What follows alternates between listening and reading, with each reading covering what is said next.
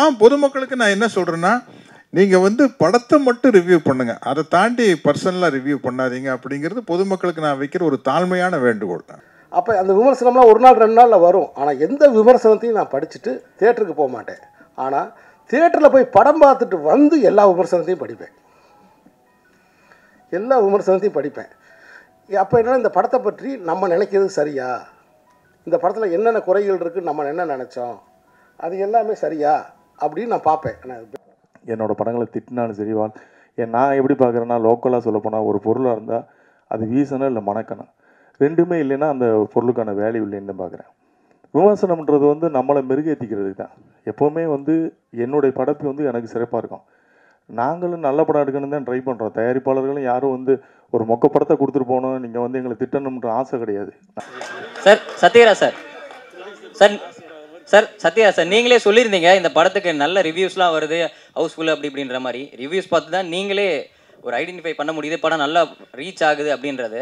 So இப்போ ரீசெண்டாக நீங்கள் எந்த படத்தை பற்றி சொல்கிறேன்னு உங்களுக்கும் தெரியும், எதில் இருந்து அறிவிப்பு வந்தது, இப்போ படமே ரிவ்யூவால் தான் ஓடலை அப்படின்றது சொல்கிறாங்க. படம் நல்லா இருந்தால் நல்லா இருந்துச்சுன்னு சொல்ல போகிறாங்க, இல்லைன்னா இல்லைன்னு சொல்ல போகிறாங்க, எல்லாருக்கும் தெரிஞ்ச விஷயம். பட் ரிவ்யூவால் தான் படம் ஓடலை, ஸோ யார் ரிவ்யூ எடுக்கக்கூடாது அப்படின்ற மாதிரி சொல்லியிருக்காங்க. ஸோ நீங்கள் சொல்லுங்கள் சார், நீங்கள் பல படங்களை பார்த்துருப்பீங்க, பல ரிவ்யூவில் பார்த்துருப்பீங்க, இப்போ சமீபத்தில் இந்த பிரச்சனை போயிட்டுருக்கு.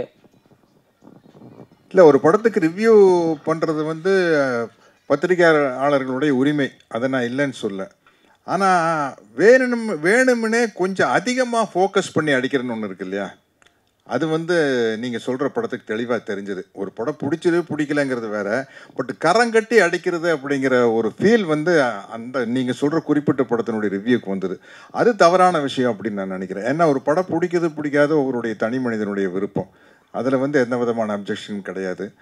இருந்தாலும் அந்த ஒரு ஆஸ்பெக்ட் வந்து தப்புன்னு நான் நினைக்கிறேன். அது கொஞ்சம் இருந்ததாக நானும் உணர்கிறேன்.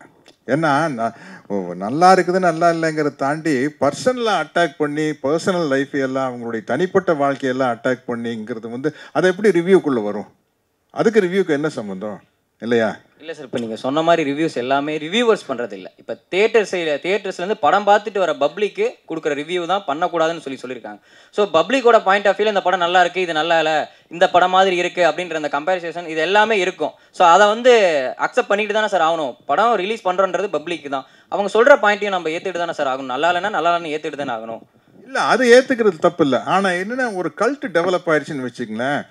எப்படி பார்த்தியா, அவங்க யாருன்னே தெரியாது, எப்படி வச்சு அடித்தம் பார்த்தியா, வச்சு செஞ்சம் பார்த்தியா, அப்படிங்கிற மாதிரி ஒரு ரசிகனுக்கு ஒரு மனப்பான்மை வந்துருச்சுன்னு வச்சுங்களேன்.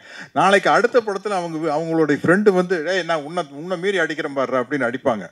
அந்த ஒரு விஷயம் வந்து தவறான விஷயம். நிச்சயமாக வந்து ஒரு படத்தில் இருக்கிற நிறை குறைகளை சொல்ல, அதை தாண்டி அவங்களுடைய பர்சனல் விஷயத்தை படத்தினுடைய ரிவ்யூக்குள்ளே அட்டாக் பண்ணக்கூடாது. ஏன்னா நான் சொன்ன மாதிரி எல்லாருமே பணம் வாங்குறவங்க, இவர் ஒருத்தர் தான் பணம் போடுறவர் இல்லையா? அதனால் வந்து எங்களுடைய பர்சனல் லைஃப்பை வச்சு ஒரு படத்தை எப்படி அட்டாக் பண்ணலாம், அது வந்து கண்டிப்பாக கண்டிக்கத்தக்க ஒரு விஷயம். அதில் எந்த விதமான சந்தேகம் சொல்கிறீங்களா சார்? படம் பார்த்துட்டு வரவங்களுக்கும் சொல்கிறீங்களா சார்? பொதுமக்களுக்கு நான் என்ன சொல்கிறேன்னா, நீங்கள் வந்து படத்தை மட்டும் ரிவ்யூ பண்ணுங்கள், அதை தாண்டி பர்சனலாக ரிவ்யூ பண்ணாதீங்க அப்படிங்கிறது பொதுமக்களுக்கு நான் வைக்கிற ஒரு தாழ்மையான வேண்டுகோள் தான். அவ்வளோதான் சார். ஹீரோ சார், உங்களுக்கு இந்த வாரம் வந்த படங்கள் கூட பார்த்தீங்கன்னா வந்து எந்த படங்களுக்கு வந்து சரியான விமர்சனங்கள் எல்லாம் வந்து இந்த விமர்சனங்கள் எழுதக்கூடாது அப்படின்றதுனால தான் சீனிவாசசாமி சொன்னது மாதிரி எனக்கு வந்து விமர்சனங்கள் வந்து உடன்பாடு உண்டு. நான் வந்து விமர்சனங்களை வரவேற்கிறவாள் தான். இதை நான் ஆரம்பத்துலேருந்து என்னோடய படங்களை சொல்லியிருப்பேன். என்னோடய படங்களை திட்டினாலும் சரி, நான் எப்படி பார்க்குறேன்னா, லோக்கலாக சொல்லப்போனால் ஒரு பொருளாக இருந்தால் அது வீசணும் இல்லை மணக்கணும், ரெண்டுமே இல்லைன்னா அந்த பொருளுக்கான வேல்யூ இல்லைன்னு தான் பார்க்குறேன். விமர்சனம்ன்றது வந்து நம்மளை மெருகேற்றிக்கிறதுக்கு தான். எப்போவுமே வந்து என்னுடைய படைப்பு வந்து எனக்கு சிறப்பாக இருக்கும். நாங்களும் நல்ல படம் எடுக்கணும்னு தான் ட்ரை பண்ணுறோம். தயாரிப்பாளர்களும் யாரும் வந்து ஒரு மொக்க படத்தை கொடுத்துட்டு போகணும், நீங்கள் வந்து எங்களை திட்டணுன்ற ஆசை கிடையாது. நல்ல படம் எடுக்கணும்னு தான் வர்றோம், நல்ல படம் எடுக்கிறதுக்கு தான் ட்ரை பண்ணுறோம். இயக்குநர்கள்ட்ட கதை கேட்குறோம், எங்ககிட்ட கதை ஒன்று சொல்லுவாங்க, அதுக்கப்புறம் வந்து அவங்க எடுக்கிற வேறு மாதிரி வந்துடும். மேக்கிங்கில் உங்களுக்கு தெரியாது கிடையாது. ஏன்னா அது ஒரு தனிப்பட்ட ஆளோட முயற்சி கிடையாது, ஒரு டீம் ஒர்க்கு. ஒரு கேமராமேன் தப்பு பண்ணலாம், ஒரு மியூசிக் டைரக்டர் தப்பு பண்ணலாம், இல்லை நடித்தவங்க தப்பு பண்ணியிருக்கலாம். இப்படி எல்லாருடைய பங்கும் சேர்ந்தது. இது தயாரிப்பாளர்கள் மட்டுமே வந்து ஒரு கதையை வந்து ஜட்ஜ் பண்ணி இவங்க தப்பாக எடுத்துட்டாங்கலாம் சொல்ல முடியாது. எங்களுக்கும் அந்த ரெஸ்பான்சிபிலிட்டி இருக்குது. ஏன்னா பணம் போடுறான், நல்ல கதை எடுக்கணும்னு சொல்லி தானே பணம் போடுவோம். ஏதோ பணம் போட்டு லாஸ் ஆகிட்டு வரணும் படம் எடுக்க போகிறோம் அப்படிலாம் கிடையாது. விமர்சனங்களை பொறுத்த வரைக்கும் நான் எப்படி பார்க்குறேன்னா, நீங்கள் இல்லைன்னா இன்றைக்கி இந்த சின்ன படங்களே கிடையாது. சின்ன படங்களுக்கு வந்து இப்போ நம்ம சொல்கிறது மாதிரி ஒரு 4 நாளைக்கு அப்புறம் நீங்கள் விமர்சனம் பண்ணுங்க அப்படின்லாம் சொல்கிறதெல்லாம் யதார்த்தமே கிடையாது என்னை பொறுத்தவரை. ஏன்னா அப்போ வந்து ஒரு 70 பிரிண்ட் போடுவோம். நீங்கள் இந்த தேட்டரில் ஓடி முடிஞ்சவொடனே இன்னொரு தேட்டருக்கு மாற்றுவாங்க. இந்த தேட்டரில் பார்க்காதவங்க இன்னொரு தேட்டரில் பார்ப்பாங்க. இப்போ சேதுன்ற படம்லாம் எத்தனை நாளைக்கு அப்புறம் பிக்கப் ஆச்சுன்னு உங்களுக்கு தெரியும். ஒரு ஒருதலை ரகம்ன்ற படம்லாம் எவ்வளோ நாளைக்கு அப்புறம் பிக்கப் ஆச்சுங்க. நீங்கள் இன்னைக்கு மாதிரி சேதுவோ இல்லை இன்னைக்கு ஒருதலை ரகமோ ரிலீஸ் ஆயிருந்தா இன்னைக்கு ஒரு டிஆர் இருந்திருக்க மாட்டார், ஒரு பாலா இருந்திருக்க மாட்டார். ஸோ அப்போ அன்னைக்கு வந்து ஸ்க்ரீன் பேஸ் ஒரு தேட்டருக்கு முடிஞ்சதுன்னா இன்னொரு தேட்டருக்கு மாற்றுவாங்க. அப்போ ஆடியன்ஸுக்கு பார்க்கறதுக்கான வாய்ப்பு இருந்தது. இன்னைக்கு ஒரு நாள் கூத்து தான். காலையில் 11 மணிக்கு ஷோ வந்து ரன் ஆச்சுன்னா அந்த ஷோவுக்கு ஆள் வரலைன்னா அடுத்த ஷோ 2:30 ஷோ வந்து இருக்காது, அந்த படம் தூக்கிடுவாங்க. ஸோ இப்போ ஒரே நாளில் விட்டில் பூச்சி மாதிரி அன்னைக்கு முடிஞ்சு போச்சு, சோழி முடிஞ்சு போச்சு. அதுக்கான வேல்யூவே இருக்காது. அப்போ நம்ம வந்து நம்ம என்ன ஏதாவது ஒரு நாய்ஸ் கிரியேட் பண்ண வேண்டியது இருக்குது. அந்த படத்தை முன்னாடியே மீடியாவுக்கு போட்டு காட்ட வேண்டியது இருக்குது.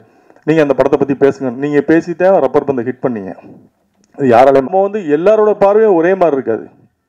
நம்ம பார்க்கறது தான் சரியான பார்வைன்னு சொல்ல முடியாது. நான் ரசிக்கிற படம் வந்து எல்லாரும் ரசிக்கன்ற அவங்கவுங்க மனநிலையை பொறுத்து தான் ஒரு படம் பார்க்கறது. நம்ம அதுக்காக பயந்துக்கிட்டு நம்ம விமர்சனம் வேணாம்னு சொன்னோம்னு வச்சுக்கோங்களேன், அப்புறம் இப்படிப்பட்ட இயக்குனர்கள்லாம் வரவே முடியாது. இவங்கெல்லாம் ஒரே நாளில் கனவு போயிடுவாங்க. அப்புறம் இன்னைக்கு எதிர்காலத்தில் வர இயக்குனரோட வாழ்க்கையெல்லாம் கனவாகி போயிடும்.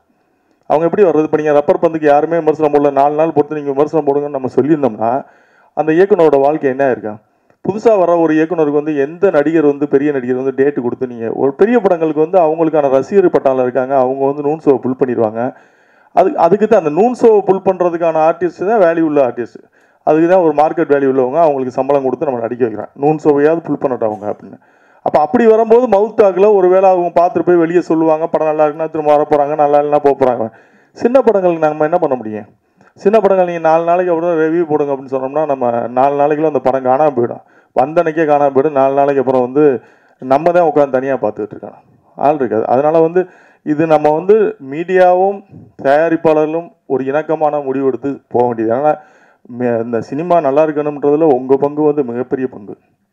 உங்களோட பங்கு இது வந்து இந்த படத்தை வந்து நீங்கள் கொண்டு போய் சேர்க்கறதுக்கான பொறுப்பு உங்கள்கிட்ட தான் இருக்குது. இது நம்ம 2 பேரும் தான் நம்ம வந்து ஆரோக்கியமாக முடிவு எடுக்கணும். விமர்சனங்களை வந்து ரொம்ப நாகரிகமாக ஆரோக்கியமாக வைக்கணும். ஏன்னா ஒரு காலத்தில் வந்து அவங்க இப்போ உங்களுக்கு தெரியும், ஆனந்தவனோட மார்க் போடுறதுலாம் பார்த்தீங்கன்னா போஸ்ட் அடிச்சுலாம் ஓட்டியிருக்காங்க. 45 மார்க் ஆனந்த விடலில் போடுறாங்க, 50 மார்க் போடுறாங்கன்னா அது அன்னைக்கு வந்து வால் போஸ்டில் பெருசாக இருக்குது ஆனந்த விடல். அப்போ அது வேல்யூ பண்ணாங்க அந்த ரிவ்யூ வந்து. அப்போ பத்திரிகையாளர்கள் நமக்கும் வந்து அந்த ரெஸ்பான்சிபிலிட்டி இருக்குன்னு நம்புகிறேன். ஏன்னா இது நம்ம எல்லாரும் சேர்ந்து இது ஒரு கிட்டத்தட்ட நம்ம இண்டஸ்ட்ரியில் ஒரு 50,000 பீப்புள் வாழக்கூடிய ஒரு தொழில். இதுக்கு நமக்கு எல்லாருக்குமே ரெஸ்பான்சிபிலிட்டி இருக்குன்னு நம்புகிறேன். அதுக்காக பத்திரிக்கை நீங்கள் நான் தான் சொல்ல மாதிரியே நீங்கள் ரிவ்யூவே போடாதீங்க அப்படின்னு சொல்கிறதுல எனக்கு உடன்படே கிடையாது. அப்படின்னா வந்து ஒரு படம் ரிலீஸ் ஆகும்போது அந்த படம் வந்து எத்தனை நாள் மினிமம் நீங்கள் தேட்டரில் போடுவோம்ன்ற ஒரு கணக்கு வேணும். இத்தனை நாள் நாங்கள் எடுக்க மாட்டோம் அந்த படத்தை, ஆள் வருதோ வரலையோ ஒரு 4 நாளைக்கு இந்த படம் நிற்கும், நாங்கள் போடுறோம், மவுத் டாக்கில் வரட்டும் அப்படின்னு நாங்கன்னா ஒத்துக்கலாம். அப்படி தேட்டருக்காரங்க கண்டிப்பாக ஒத்துக்க மாட்டாங்க. ஏன்னா அவங்களும் எப்படி லாஸை பேர் பண்ணுவாங்க. இப்போ அவங்களுக்கு என்னென்னா வந்து எங்களுக்கு நூன் ஷோக்கு ஆள் இல்லைங்க, நம்ம காசு கொடுத்து டிக்கெட் வாங்கி நீங்கள் போடுங்கன்னு சொன்னால் கூட போட மாட்டாங்க. ஏன்னா கேண்டீன் பிஸ்னஸ் இருக்காது. ஸோ அதுக்கும் சிக்கல் இருக்குது. ஸோ ப்ராக்டிக்கலாக இப்படி நிறைய சிக்கல் இருக்குது. நீங்கள் எல்லா பக்கமும் நீங்கள் யோசிக்கணும். விமர்சனம் வேணான்னும் போது அப்போ எனக்கு அந்த பக்கத்தில் நீங்கள் வந்து எனக்கு அதுக்கான ஸ்பேஸ் கொடுக்கணும். இல்லைங்க நாங்கள் 4 நாளைக்கு வந்து நாங்கள் வந்து வெள்ளி சனி ஞாயிறு திங்கள் 3 நாளைக்கு வந்து நாங்கள் கண்டிப்பாக நாங்கள் படத்தை எடுக்க மாட்டோம். படம் போட்டிங்கன்னா அந்த படம் ஓடும். எத்தனை ஷோ உங்களுக்கு கொடுக்கமோ அத்தனை ஷோ நாங்கள் தூக்க மாட்டோம்னு கேரண்டி இருந்ததுன்னா நிச்சயமாக விமர்சனம் வேணான்னு சொல்லலாம். நீங்கள் வேணாங்க பரவாயில்ல அப்படின்னு. அதுக்கான வாய்ப்பு இல்லை, கொடுக்க முடியாது, அவங்களாலையும் கொடுக்க முடியாது. ஏன்னா அவங்களும் தேட்டர் பிஸ்னஸ் பண்ணுறவங்க, அவங்க என்ன பண்ண முடியும்? அவங்க எல்லாமே வியாபாரம் தானே இங்கே. அப்போ நமக்கு ஒரே சாய்ஸ் வந்து மீடியா தான். மீடியா பார்த்துட்டு நல்லா இருக்குன்னா நல்லா இல்லைன்னு நல்லா இருக்குன்னு எழுத போகிறாங்க, நல்லா இல்லைன்னா நல்லா இல்லைன்னு எழுத போகிறாங்க. நல்லா இல்லைன்னு நம்ம மாற்றிக்க போகிறோம். இதுதான் தொழில்னு வந்துட்டோம். இப்போ நான் எடுத்த படத்தை சரியில்லைன்னு சொன்னீங்கன்னா நான் என்னோட படத்தை திறனாய்வு படிப்பேன். ஓகே இவங்க சொல்கிற நிறைய பேரோட ரிவ்யூ நான் படிப்பேன், சீனு ராமசாமி ரொம்ப படிப்பேன். சில வந்து அவங்களோட பாயிண்ட் ஆஃப் வியூ எழுதியிருப்பாங்க, இந்த கதை இப்படி இருந்தால் நல்லா இருக்கும், இப்படி இருந்தால் நல்லா இருக்கும், அது அவங்களுடைய வியூ, இப்படி இருந்தால் நல்லா இருக்கும். அதுக்காக எழுதக்கூடாதுலாம் கிடையாது. நல்லா இருக்கோ நல்லா இல்லையோ உங்களுக்கு மனசை தோன்ற எழுதணும். ஒரு நாய்ஸ் கிரியேட் ஆகணும், அவ்வளோதான். அது இந்த படத்தை பற்றினா ஒரு இப்போ நீங்கள் பாருங்களேன், இந்த வாரம் ரிலீஸ் ஆன படத்துக்கு எந்த படத்துக்கும் அந்த மாதிரி ஒரு இதே இல்லை. பாவம் இந்த வாரம் ரிலீஸ் ஆன படங்கள்லாம் வந்து இந்த ஜீப்ரான்னு ஒரு படம் வந்துச்சு, எனக்கு ரொமான்ஸ் மட்டும் இல்லைன்னு ஒரு படம். எந்த படமே எந்த இதுலேயுமே வந்து ஒரு நாய்ஸ் கிரியேட் பண்ணல. ஸோ இது பாவம் தான் அது ஆக்சுவலாக. இதை நம்ம எல்லாருமே உட்காந்து நீங்களும் புரிஞ்சுக்கணும், எங்களுடைய வழிகளையும் புரிஞ்சுக்கணும். நாங்களும் இவ்வளோ கோடி ரூபா போட்டு இன்வெஸ்ட் பண்ணி படம் எடுக்கிறோம். நீங்கள் வந்து குற்றம் சொல்வதற்கு உங்களுக்கு முழு உரிமை இருக்குது. எந்த ஒரு ஆசிரியனுக்கும் மாணவனை தண்டிப்பதற்கும் முழு உரிமை உண்டு. அந்த மாணவன் வந்து அவனை திருத்திக்கிறதுக்காக நல்ல விதம். அதாவது கசப்பு மருந்து எப்போவுமே வந்து உடம்புக்கு நல்லதுன்னுவாங்க. நீங்கள் சொல்கிற அறிவுரை எங்களுக்கு அப்படி தான் இருக்கணும். தனிநபராக வந்து உங்களோட விருப்ப வெறுப்புகளை வந்து இதில் காட்டக்கூடாதுன்றது தான் என்னுடைய தாழ்மையான கருத்து. இது உங்கள்கிட்ட வந்து நான் அட்வைஸாக இல்லை, வேண்டுகோளை வைக்கிறேன். உங்களுடைய விருப்ப வெறுப்பு எது இருந்தாலும் அதை வந்து அந்த படைப்பில் காட்டாங்க. ஏன்னா அந்த படைப்பில் நீங்கள் என்ன மட்டும் உங்களுக்கு பிடிக்காமல் இருக்கும், என்ன பிடிக்காதுக்காக என்னை டார்கெட் பண்ணி எழுதுவீங்க. பட் அந்த படத்தில் வந்து நிறைய பேர் நடிச்சிருப்பாங்க, நிறைய பேரோட முதல் கனவாக இருக்கும். அதில் அவங்க அப்போ எல்லாருமே பாதிக்கப்படும். ஸோ அதனால் நம்மளுடைய தனிமனித விருப்ப வெறுப்பெல்லாம் வந்து ஒரு படைப்பில் வைக்கக்கூடாதுன்றது என்னுடைய வேண்டுகோள். மற்றபடி உங்களுடைய ஆதரவு வந்து சினிமாவுக்கு என்றைக்குமே தேவை. முதல் நாளே உங்களுடைய விமர்சனத்தை நாங்கள் எதிர்பார்க்குறோம், எங்களுக்கு வேணும் அப்படின்றதுலாம் நான் ரொம்ப ஸ்ட்ராங்காக இருக்கேன். இது சீனு ராமசாமி சொன்ன மாதிரி நீங்கள் சொல்லுங்கள், ப்ரொடியூசர் கவுன்சிலில் சொல்லுங்கள். நான் எப்போயுமே என்னோடய ஸ்டாண்டில் நான் தெளிவாக இருப்பேன். நான் ரிவ்யூ வந்து மதிக்கிறவன், நான் விமர்சனங்களை ஏற்றுக்கொள்ளக்கூடியவன். விமர்சனம் வேணும். ஏன்னா அதுதான் இன்றைக்கி உள்ள படைப்பாளிகளை அடையாளப்படுத்தும். சின்ன டாடான்னு ஒரு டைரக்டர் இப்போ வந்து பேசிட்டு போனார். அவர் எப்படி உருவானார்? நீங்கள் கொடுத்த விமர்சனத்து மூலமாக நீங்கள் நிறைய பேர் உருவாக்கி விட்டீங்க. இன்றைக்கி உயரத்தில் இருப்பவர்களெல்லாம் நீங்கள் உருவாக்கி விட்டவங்க தான். நான் உயர போனதுக்கப்புறம் நீங்கள் தேவையில்லைன்னு உங்களை ஒதுக்குறது வந்து நியாயமாக இருக்காது. எனக்கு அது சரின்னு படலை. பட் அதனால் உங்களுடைய விமர்சனங்கள் வேணும். இந்த படத்துக்கு அப்படி தான் நான் சொல்கிறேன். இந்த படத்துக்கு இந்த கணேசன்றவர் அவருடைய பெரும் முயற்சி. இந்த படம் வந்து தொடர்ந்து வந்து என்கிட்ட வந்து இப்போ வரும்போதே என்கிட்ட 2-3 பேர் கேட்டாங்க, ஏன்னா நல்லா இருக்கீங்களா சார், அண்ணே நீங்கள் அன்றைக்கி பேசுனது ரொம்ப சிறப்பாக இருந்துச்சுண்ணே, நல்லா இருந்துச்சு, இன்றைக்கி இந்த மேட்ரை பேசுங்கண்ணே அப்படின்னாங்க. ஏன்னா அது தம்பி சைலண்ட்டு தலைப்பு, இயக்குனர் சொன்ன மாதிரி இங்கே அது ஒரு பெரிய சத்தம் ஆயிரும், என்ன மேட்ரு அப்படின்னு கேட்டேன். ஒரு பக்தி மேட்ரை சொன்னாப்புல.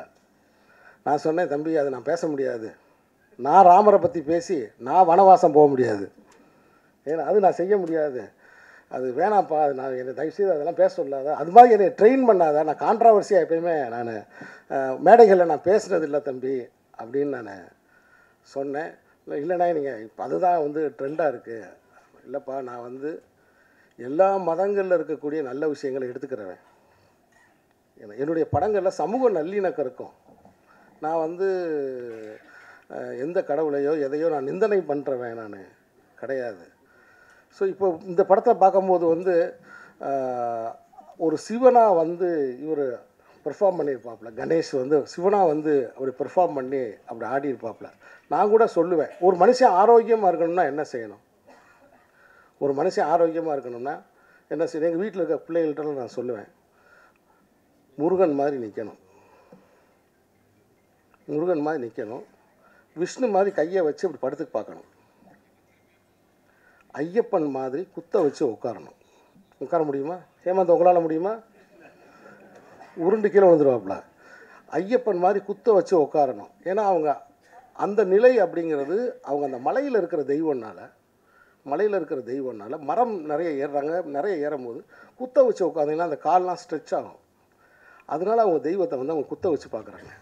ஸோ அப்படி குத்த வச்சு உட்காரணும். சிவன் மாதிரி ஒரு காலை தூக்கி வச்சு ஆடணும். விநாயகர் மாதிரி சம்மணம் போட்டு உட்காரணும். இந்த 4 நிலைகளை கண்டினியூஸாக நீ செஞ்சேன்னா நீ ஆரோக்கியமாக இருப்ப. இதை சொல்கிறதுக்கு தான் இந்த தெய்வங்களை இவங்க படைச்சிருக்காங்க. ஸோ அதனால் இந்த எல்லா மதங்களையும் நான் வந்து அந்த எல்லா மதங்களில் இருக்கக்கூடிய நல்ல கருத்துக்களை நான் எடுத்துக்கிறேன். என்னுடைய படங்களில் எல்லோரும் ஒற்றுமையாக இருக்கணுன்ற சமூக நல்லிணக்கத்தை வலியுறுத்தக்கூடியவை. அதனால் தயவுசெய்து இந்த சிக்கலில் மட்டும் என்னை மாட்டி விடாதப்பா, நான் பேச மாட்டேன் அப்படின்னு. இல்லைண்ணே, அந்த விமர்சனத்தை பற்றி ஒன்று பேசுனீங்க இல்லைண்ணே, அதுதான் முடிஞ்சு போச்சேப்பா, அதை பற்றி மறுபடியும் என்னப்பா பேசணும் அப்படின்னு கேட்டேன். இல்லைண்ணே, தயவுசெய்து அதை பற்றி இன்னும் 2 வார்த்தை சொல்லுங்கண்ணே. இங்கே பாரு, நான் சின்ன வயசாக இருக்கும்போது இந்த வேலையை வச்சுருவேன். நான் சின்ன வயசாக இருக்கும்போது இருந்து விமர்சனத்தை பார்த்துட்டு தேட்டருக்கு போகவே மாட்டேன். குறிப்பாக சினிமாவுக்குள்ளே நான் வரணும்னு முடிவு பண்ண பிறகு, சினிமாவுக்குள்ளே வரணும்னு முடிவு பண்ணும்போது, நான் சொல்கிறது 90s, இந்த 94, 93 அந்த டயத்தில் தியேட்டருக்கு நான் போகும்போது வந்து யார் சொல்கிற விமர்சனத்தையும் நான் கேட்க மாட்டேன்.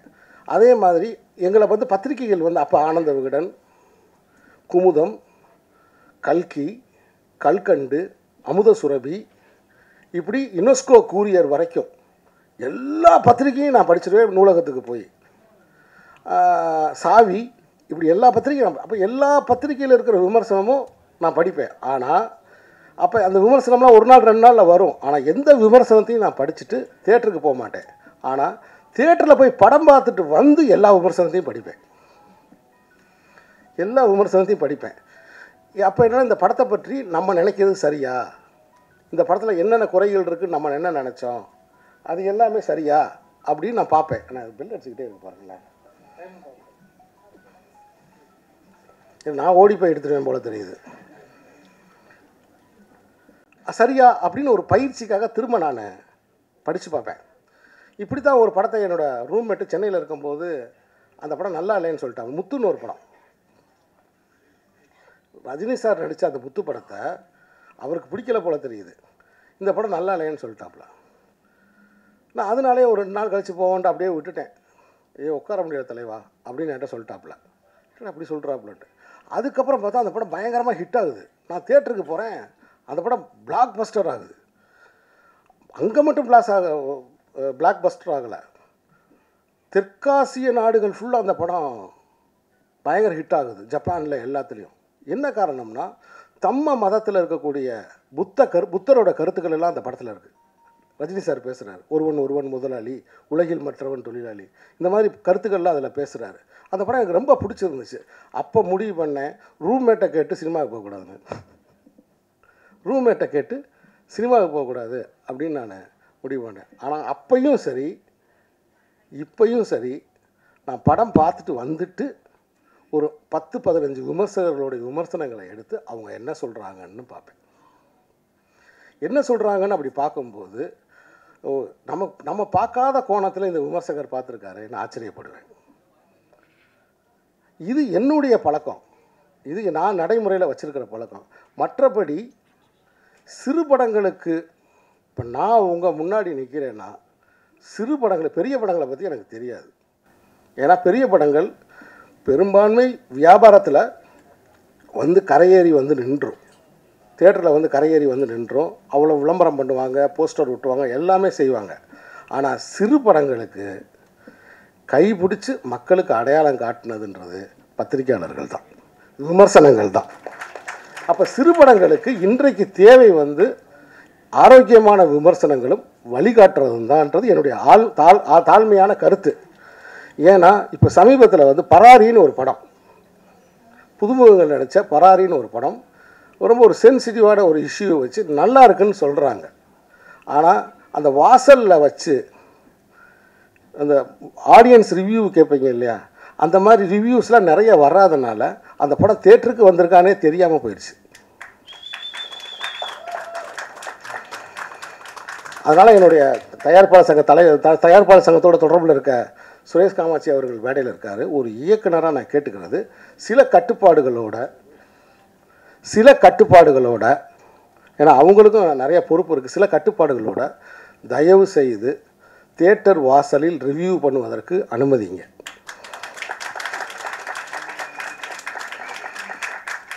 பெரிய படங்களுக்கு அனுமதிங்க, சிறிய படங்களுக்கும் அனுமதிங்க.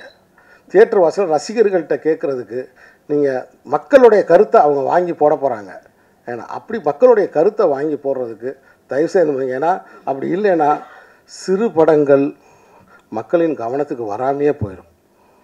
அந்த படத்தில் என்ன நல்லது இருக்குது என்னது இருக்குன்றதை கொஞ்சம் உரத்து, எப்படி என்னுடைய தென்மேற்கு பருவக்காட்டெலாம் சின்ன படம் தான், இந்த கோழிப்பானை செல்லத்துறையெல்லாம் சின்ன படம் தான், இந்த படங்கள்லாம் நீங்கள் எப்படி குரல் கொடுத்தீங்க, நீங்கள் குரல் கொடுத்தனால தான் அந்த படம் இன்றைக்கி 25 லட்சம் பேர் பார்த்துருக்காங்க ஓடிடியில். அவ்வளோ மக்களுக்கு போய் அது ரீச் ஆகிருக்கு. இப்போ என்கிட்ட கூட கேட்டாங்க, நீங்கள் அடுத்து என்ன பண்ண போகிறீங்க அப்படின்னு கேட்டாங்க. அடுத்து நான் ப்ரொமோஷன் பண்ண போகிறேன்னு.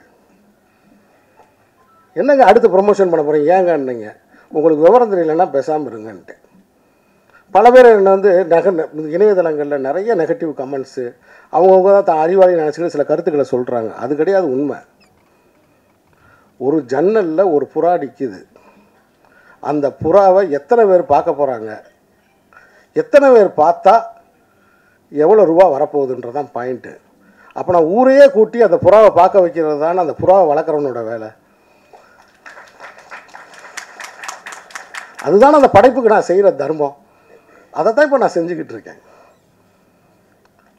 ஒரு வியூ பார்த்தா இவ்வளோ ரூபான்னு சொல்லிட்டாங்க, அதெல்லாம் இங்கே சொல்ல விரும்பலை. நான் ஒரு வியூ பார்த்தா இவ்வளோ ரூபான்னு சொல்லிட்டாங்க. அப்போ 1 கோடி பேர் பார்த்தா 7 கோடி தமிழர்கள் இருக்காங்க. அப்போ சீனு ராமசாமி தர்மதுரை எடுத்திருக்கான், மாமனிதன் எடுத்திருக்கான், தொடர்ந்து நல்ல படத்துக்காக அறம் சார்ந்த படத்துக்காக நின்றுருக்கான். அவன் என்னடா சொல்லியிருக்கான் அப்படின்னு சொல்லி 1 கோடி தமிழர்கள் அந்த அமேசான் ஓடிடி ஓப்பன் பண்ணி பார்க்க மாட்டாங்களா? அப்போ என்னுடைய வேலை என்னென்னா, இந்த படம் இங்கே இருக்குன்ற அவங்களுடைய கவனத்துக்கு கொண்டு போகிறது தான். அப்படி கொண்டு போனாலே போதும். ஷேர் இட்ன்ற பேசிஸ்லாம் நம்ம கொடுத்துருக்கோம். அதனால தான் தொடர்ந்து நான் வந்து எல்லாத்துலேயும் போட்டுக்கிட்டே இருக்கேன். இந்த படத்தை பாருங்கள் பாருங்கள் பாருங்கன்னு சொல்லி போட்டுக்கிட்டே இருக்கேன். ஒருத்தர் முகநூலில் கீழே கமெண்ட் போட்டிருக்காரு,